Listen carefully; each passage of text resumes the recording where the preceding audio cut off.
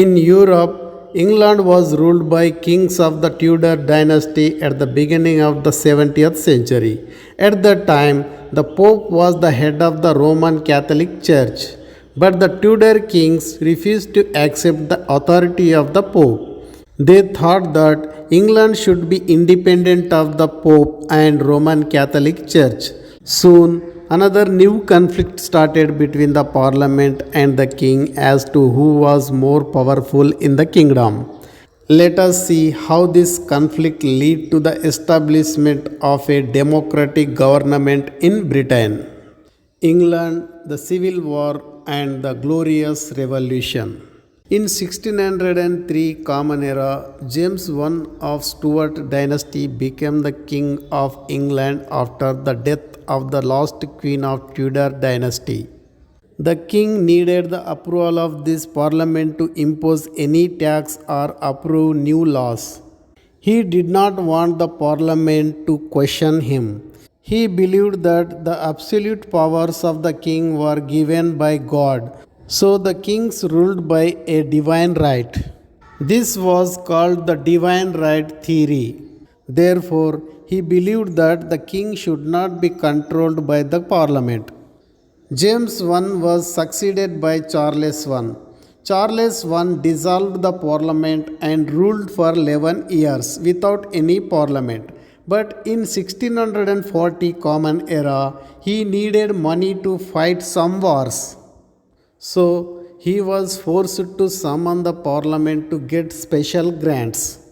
This parliament continued 1640 to 1660 Common Era, and hence it is called the Long Parliament. The Long Parliament decided to control the autocracy of the king and his ministers. The parliament punished the ministers and officers of Charles I. It stopped the working of special courts created by the king. Charles I took advantage of its differences within the parliament and tried to arrest his opponents in the parliament. A civil war started between the parliamentary party and the king's party, which lasted for 5 years. Ultimately, Charles I was defeated and executed in 1649 Common Era, and England became a republic. However, this experiment of republican government was not very successful and did not last long.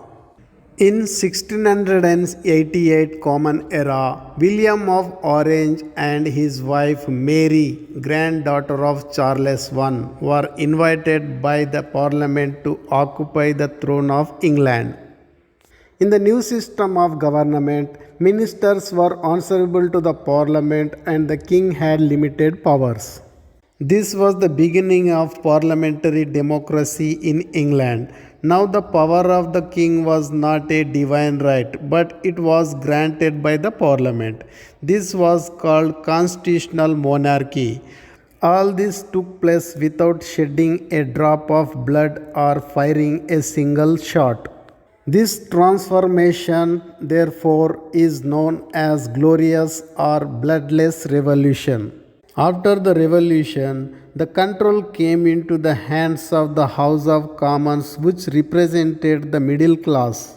In this period, only the people with the land and property had the right to vote in the elections to the parliament.